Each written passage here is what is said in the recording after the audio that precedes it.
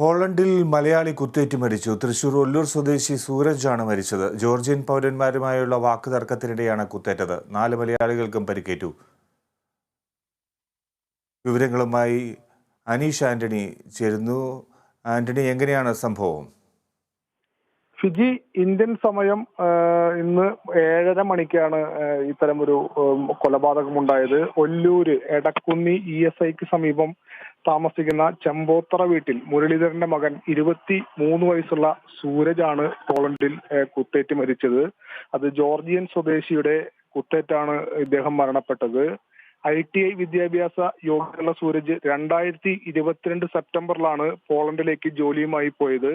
പോളണ്ടിലെ ship maintenance കമ്പനിയിൽ സൂപ്പർവൈസറായാണ് ജോലിക്ക് പോയിരുന്നത്. ആദ്യം ഈ കമ്പനിയിൽ ജോലി ചെയ്തു. പിന്നീട് അവിടെ ജോലിക്ക് ബുദ്ധിമുട്ടായതുകൊണ്ട് സ്ലബൈസ് എന്ന് പറയുന്ന സ്ഥലത്ത് മറ്റൊരു ജോലി, അത് ഒല്ലൂരിനടുത്ത് മരത്താക്കര സ്വദേശി മറ്റൊരു ജോലി പറയുന്ന സ്ഥലത്ത് ശരിയാക്കി കൊടുത്തു. അവിടെ ജോലി ചെയ്തു വരുന്നതിനിടെയാണ് ഇത്ര ഒരു സംഭവം ഉണ്ടായത്. മീറ്റ് പ്രോസസിംഗ് ഫാക്ടറിയിലെ തൊഴിലാളിയായാണ് സൂരജ് ജോലി ചെയ്തിരുന്നത്. ഈ സ്ഥാപനത്തിന്റെ ഒരു അപ്പാർട്ട്മെന്റിൽ വെച്ചാണ് ഇത്തരമൊരു കൊലപാതകം ഉണ്ടായത്. വീക്കെൻഡിലായതുകൊണ്ട് ചെറിയൊരു ആഘോഷം നടക്കുന്നതിനിടയിൽ സിഗരറ്റ് വലിക്കുന്നതിനെ ചൊല്ലിയുണ്ടായ തർക്കമാണ് കൊലപാതകത്തിലേക്ക് കലാശിച്ചത്.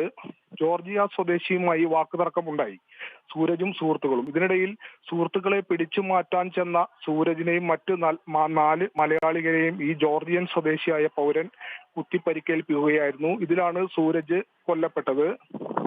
സൂരജിന്റെ പിതാവ് മുരളി നാട്ടിൽ വർക്ക്ഷോപ്പ് ജീവനക്കാരനാണ്. എന്തായാലും ഇത്തരമൊരു ദാരുണമായ സംഭവം ഉണ്ടായിരിക്കുകയാണ്.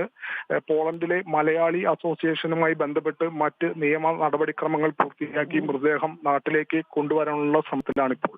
ഫിജി. ശരി അനീഷ്, പോളണ്ടിൽ മലയാളി കുത്തേറ്റ് മരിച്ചു. തൃശൂർ ഒല്ലൂർ സ്വദേശി സൂരജാണ് മരിച്ചത്.